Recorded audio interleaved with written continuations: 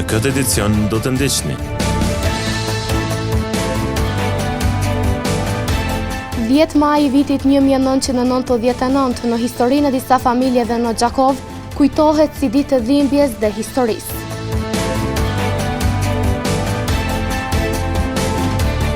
Rjeti i prindërve edukues të Kosovës përmes një letre publike kanë kërkuar që mosimdhënësit të mos u falin nota nxënësve, ndërsa nga prindërit kërkuan që mos të ju bëjnë presion mosimdhënësve.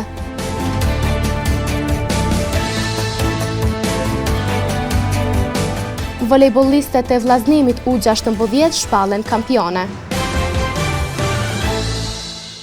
Përshëndetje, po fillojmë edicionin qendror të lajmeve këtu në televizionin Syri. 10 maj i vitit 1999, për shumë familje gjakovare, shënon dhimbje dhe vuajtje të cilat edhe pas kaq vitesh nuk janë shëruar. Kronika e parë në këtë edicion lajmesh na sjell rrëfimet e 3 nënave për tragjedinë e ndodhur 26 vjet më parë në familjet e tyre. 26 vjet më parë, më 10 maj të vitit 1999, jetët plot ëndra u shuan përjetësisht.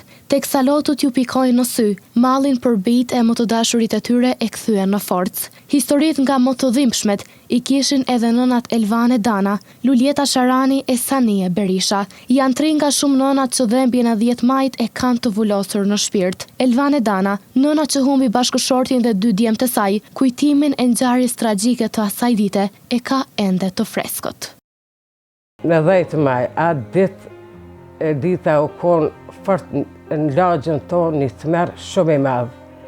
E më kujtohet si sot ajo ditë, e natën me mëngjes herët u lërojke këtë rruga. Këto të gjujt me automata, po na nuk ishim ata, veç raptimin e kemi një shumë.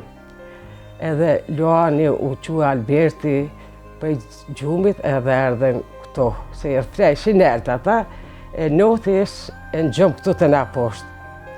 Edhe për vje e për tha bej, diçka jo ka raptoj, tha lagjët tonë, jo për bëj kur gjo heq, mësë të të jo qëto për rrim, edhe Alberti ish këto, po qaq raptim, o du të arfimi e natje, mi qelë dje se policia, me automata, me raptima, me shkelma, të gjujt në për dyrë.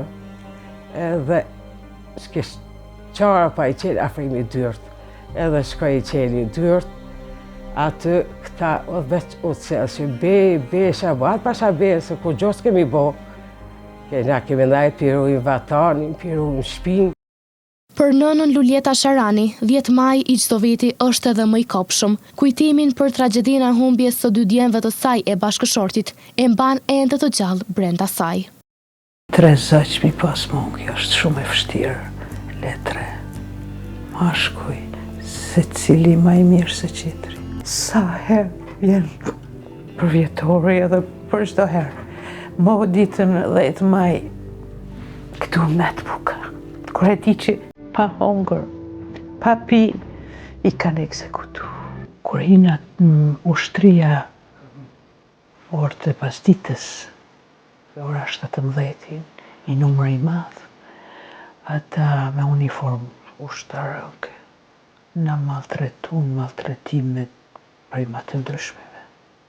Njerë në qitën jashtë, pleqkitën shkapatëm, edhe në urdhnun për toke mushtri, me dur për muri, valonin e kam pasën për Izrael të lindun se që atëherë ishë renovim spitali i Gjakovës, edhe shkumna për Izrael. E të shën letër njoftimi ishë i regjistruar për Izrael. Pyesin kush është për Izraelit këtu. Valoni një karakter të fort ka pas. Qëtë shumë as, që i thëmë qërpiki nuk ju ka trena. Visari pakës ma frigacak. Aj as pak.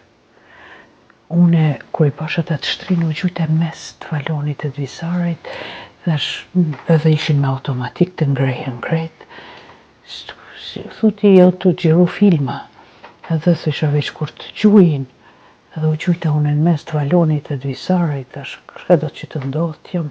Nëna Sanie, kujtimin për djalin e saj e gjen simbolin më të çmuar që i ka mbetur nga ai. Edhe kur shtëpia e saj ishte plaçkitur, frika e saj e vetme ishte se mos kitaren e djalit të saj e kishin marrë e nuk do ta shihte më. Elvani zërgja kojshia, shumë e kom pas kojshit mirë, kretë. Edhe të Kesano e kanë hihajnat të në shpi. O, thasha Elvan, kur gjos po m'intereson e ta marin krejt veç gitarën e djalit.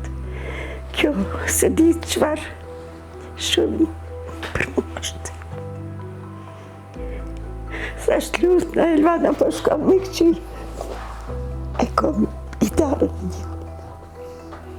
Thasa në pash, hila mrenda, ama sish gitara ku ka qenë. Për se di qush se kompru banesi. Unë e vrap shkova me kjerë, kur e kom qetë gitarën, pa mdo këti lirin e qetë. Këto e kom, po thot, sa kushton me miliona. 10 maj i 99-ës kujtohet si datë dhimbshme për të gjithë ata që humbën më të dashurit e tyre. Sakrifica sublime e djemve e vajzave të reja, burrave e grave që humbën jetën për liri, mbetet simboli më i vlefshëm në luftën për çlirim. Apeli për bojkotin e produkteve serbe është i shpesht në rrjetet sociale, kjo pasi shumë prej tyre qëndrojnë të ekspozuara në marketet të ndryshme. Ekipi ynë ka siguruar sot opinionet e disa konsumatorve, nëse ata janë duke vazhduar të refuzojnë produktet serbe. Apeli për bojkotin e produkteve serbe është bërë gjithnjë më i shpesht në rrjetet sociale ku shumë qytetarë shprehin pakënaqësitë e tyre për praninë e këtyre produkteve në treg. Produktet serbe vazhdojnë të jenë të ekspozuara në marketet të ndryshme, duke ngjallur debate mes konsumatorëve. Ekipi ynë sot ka marrë mendimet e disa qytetarëve për të kuptuar qëndrimet e tyre. Një qytetare tha se për fat të mirë shumë njerëz kanë filluar të mos i konsumojnë. Po kom hasur në për produkte serbe, në për marketet ndryshme në gjako, po tash kove të fundin jam shumë e lumtur që ja ka nisë domethënë mi hek, se nuk është që i kenat nevojshme. Mendim ndryshe nda një tjetër qytetare. Ajo thot se nuk e shes si problem për sa kohë që janë cilësore dhe të lira i blej pa problem. Kom hasë, mas parë për thëmë Prishtinë, në Viva Fresh ka pas plazma keksa. A kemi të vëvdje? Po, se jemi rritë me plazma. Kështu që tërsan së më ka raport. Ndërsa të tjerë prapa kamerës i thënë mediumet tonë se ka kohë që janë duke respektuar bojkotin e produkteve serbe dhe duke i zëvendësuar me produkte të tjera, por pavarësisht debateve, produktet qëndrojnë ende në tregun vendas. Një letër publike është adresuar te institucionet arsimore dhe shoqëritë civile për mosimdhënësit nga rrjeti i prindërve edukues të Kosovës. Gazmend Gjota, kryetar, thotë se përmes kësaj letre kërkohet që mosimdhënësit të mos u falin nota nxënësve, të vlerësojnë në mënyrë meritore, të ju përsërisin klasën nxënësve nëse ata kanë shumë të dobta, madje edhe të mos bien pre presioneve të prindërve për përmirësim të notave. Edhe pak ditë kanë ngelur deri në përfundim të vitit shkollor 2024-2025, e pikërisht në kohën kur mësimdhënësi duhet të përgatiten për vlerësimin e fundit të nxënësve, rrjeti i prindërve edukues të Kosovës përmes një letre publike ka kërkuar nga mësimdhënësit që të jenë më të kujdesshëm në këtë proces. Gazmend Gjota, kryetari i rrjetit edukues të prindërve në një lidhje virtuale, i ka thënë mediumit ton se letra vjen pas një fenomeni alarmues për faljen e notave dhe kalimin automatik të nxënësve në klasat vijuese. Kësaj radhe kemi zgjedhur se me ngrit shqetësimin ton për çështjen e vlerësimit të nxënësve për arsye se jemi në fazën e mbylljes së vitit shkollor, tash bëhet vlerësimi përfundimtar. Arsyeja pse domethënë këtë kohë kemi bërë këtë apel publik, është për arsye se nuk është duke ngritur shqetësim në nivel institucional, as në nivel të medjave, as të shoqërisë. Të gjithë jemi dëshmitar, të gjithë jemi të bindur, të gjithë e vrejmë këtë fenomen, megjithatë askush nuk reagon edhe vetvetill është e pamundur më përmirësu kjo dukuri. Edhe është e habitshme se si gjithë ato nota dobta për gjithë vitin, domethënë moment brenda një javës, një muaji ndërhet që ti këtë suksesi që është e pamundshme praktikisht, edhe me metodat edhe rekomandimet ose me metrika që udhëzimi administrativ për vlerësimin e nxënësve i ka, pothuajse gati është e pamundur të pas rezultat kaq të mirë, domethënë në 1/5 e vitit shkollor. Gjota gjithashtu ka kërkuar që nxënësve më shumë nota të dobta edhe t'ju përsëritet viti shkollor dhe të mos kalohet pa ndonjë kriter. Udhëzimi administrativ për vlerësim e mundson ripërsëritjen e vitit. Megjithatë kjo në praktikë nuk është duke ndodhur, domthonë për shkak që vetëm në një periudhë të caktuar ka qenë strategjia e arsimit mos me humb vitin. Domthonë kjo është bëu fjalë kryesisht për ciklin e klasën e parë deri në klasën e 5. Megjithatë edhe në klasën e parë, në klasën e 5, në klasën e 6 dhe në klasën e 9 dhe në shkollën e mesme mundën u vendos, domethënë fëmijën në përsëritje të vitit nëse ata kanë më shumë se 4 respektivisht më shumë se 3 nota të dobta. Po ka disa shkolla që ne kemi pas monitorim që deri në këtë periudhë 70% e nxënësve mundin me pas më shumë se sa 2 ose 4 nota të dobta dhe në mënyrë kështu, në thojza magjike, gjithë ata përfundojnë dhe ndodh për shembull ndoshta prej 100-200 nxënësve, 2 me nota të dobta, 2-3 vetëm shkojnë në riprovim, sa me mbush atë normën statistikore që riprovimi është organizuar, ata kalojnë ose në riprovimin e parë ose në riprovimin e dytë.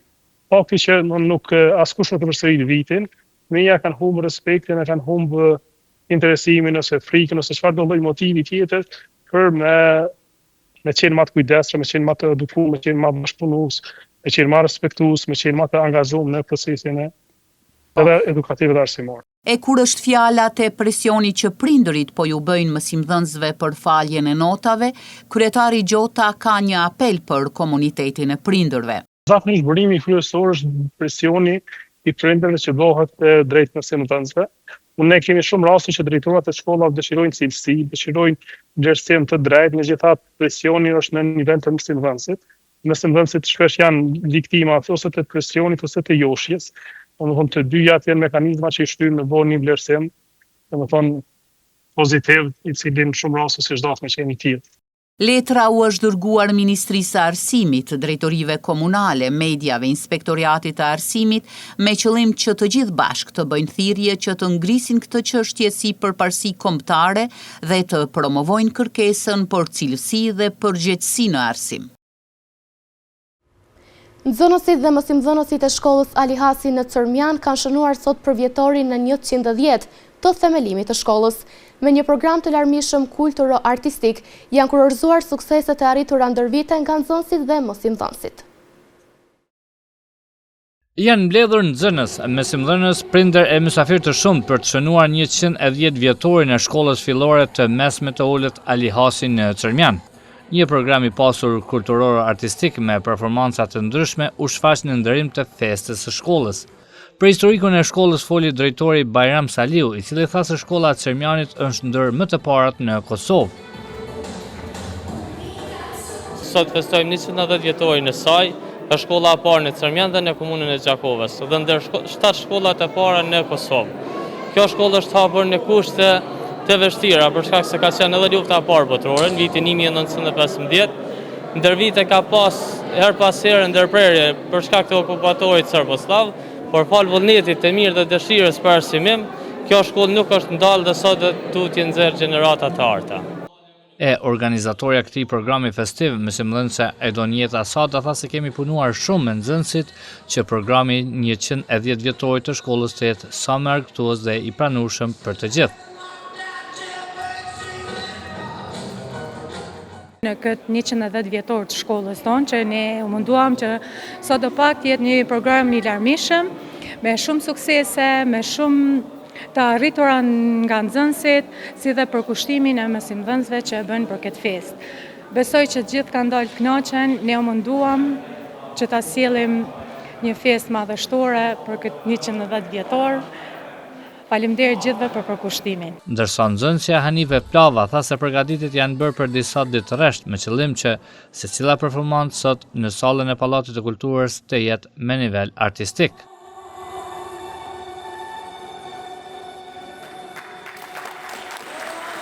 Ne si nxënës që ndi shumë mirë, pasi festa shkollës përfaqëson shumë vallëzime, shumë gëng, të cilat ne i bëjmë vetëm për njerëzit që na shohin edhe përfaqësimin e shkollës. Ndërsa në emër të drejtorisë së arsimit në Gjakovë të pranishmëve ju drejtua Hysen Brahimaj, i cili përgëzoi stafin e shkollës për 110 vjetorin. nuk është vetëm një vend ku mësohet, por është një votër ku kultivohet vlera, formohen breza dhe nderohet historia. Emri që mban kjo shkollë, dëshmori Alen Iftar Hasi, është një simbol për kushtim guxim i dashurisë dhe atëve. Andaj, arsimi duhet të shërbejë në përkushtim ashtu si dëshmorët i shërbyen lirisë me gjatë. Shkolla fillore e mesme e ulët Ali Hasi aktualisht ka 230 nxënës që vlerojnë mësimin e rregullt dhe njihet si shkolla e parë e formuar në komunën e Gjakovës.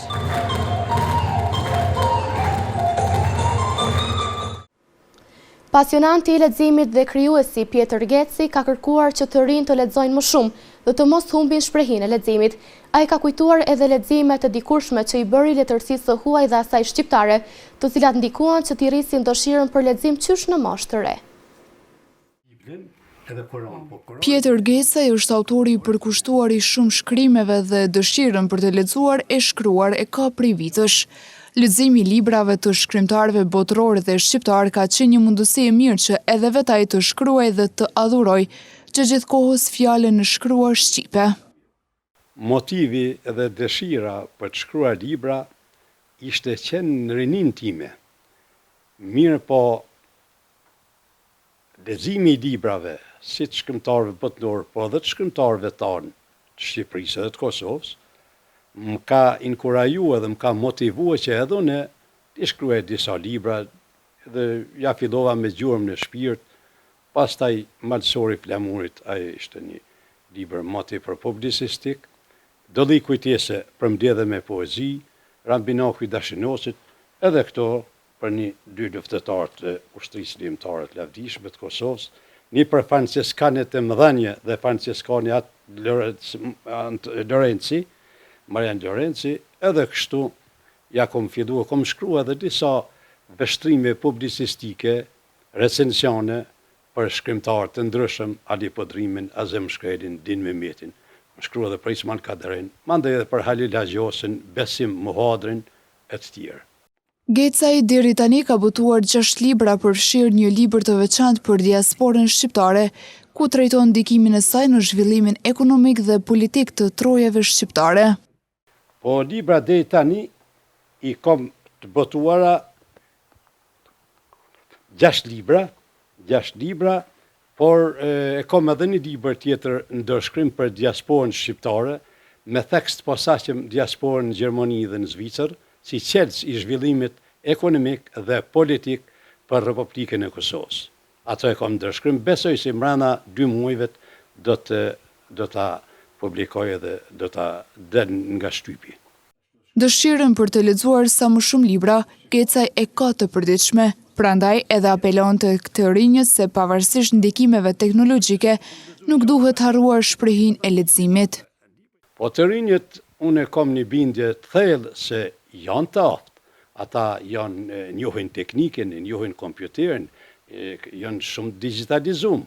Mirë po, me lezu librin fizikisht, më duket se ma pak e lezojnë. Ata e përsjedhin në internet, i përsjedhin për telefona, por edhe psikologët e ndryshëm, edhe sociologët dhe gjithë, e theksojnë se librin nuk e dëmtojnë, dhe më thonë, gjatë lezimit librave sy dëmtojnë shumë ma pak se sa në telefon, a i ka edhe rrezatim. Megjithatë, unë i kisha këshillue që ma shumë lezojnë libra të gjendën në për biblioteka, nga se libri është dhurata me mirë për dijen e njerëzit, i cili i socializon njerëzit, dhe me anën e librit njerëzit fisnikrohen që ta kenë një dashuri shumë më të shquar, më të fortë për atë dhënë dhe për njëri tjetrin brenda shoqërisë sonë. Madje leximi është një pasuri e madhe për zhvillimin intelektual dhe shpirtëror të secilit individ, tha mësira shkrimtari Gecaj.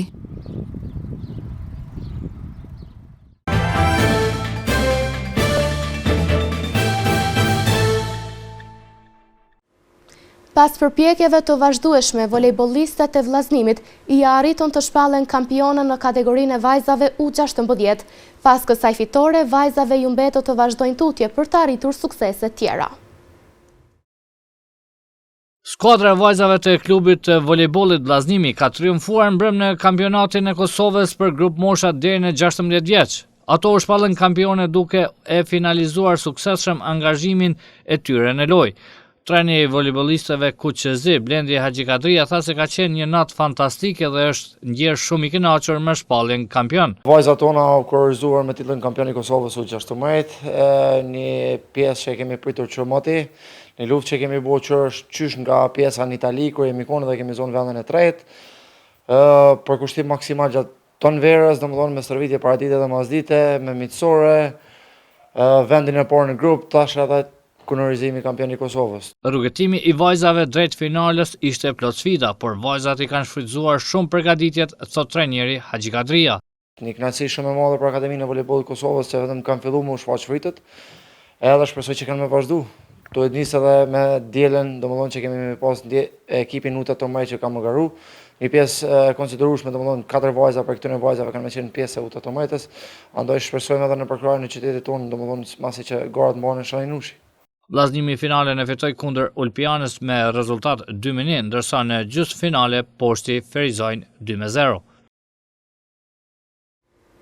Në vazhdim të ndjekim parashikimin e motit për ditët në vijim.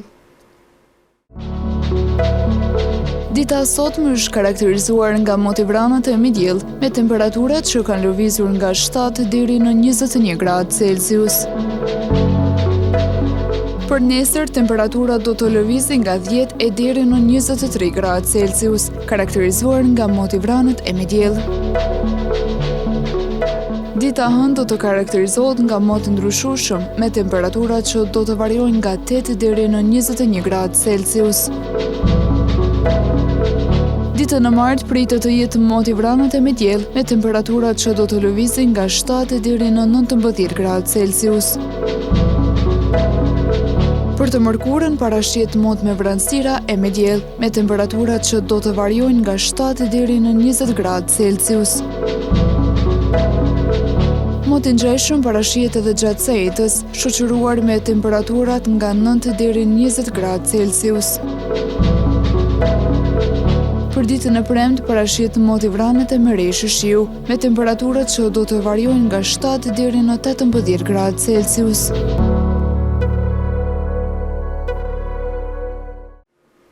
Para se të ndahemi, të ndjekim edhe një herë titujt kryesor të këtij edicioni.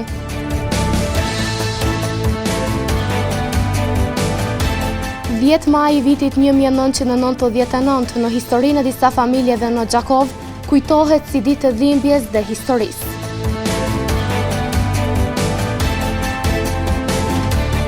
Rjeti i prindërve edukues të Kosovës përmes një letre publike kanë kërkuar që mosimdhënësit të mos u falin nota nxënësve, ndërsa nga prindërit kërkuan që mos të ju bëjnë presion mosimdhënësve.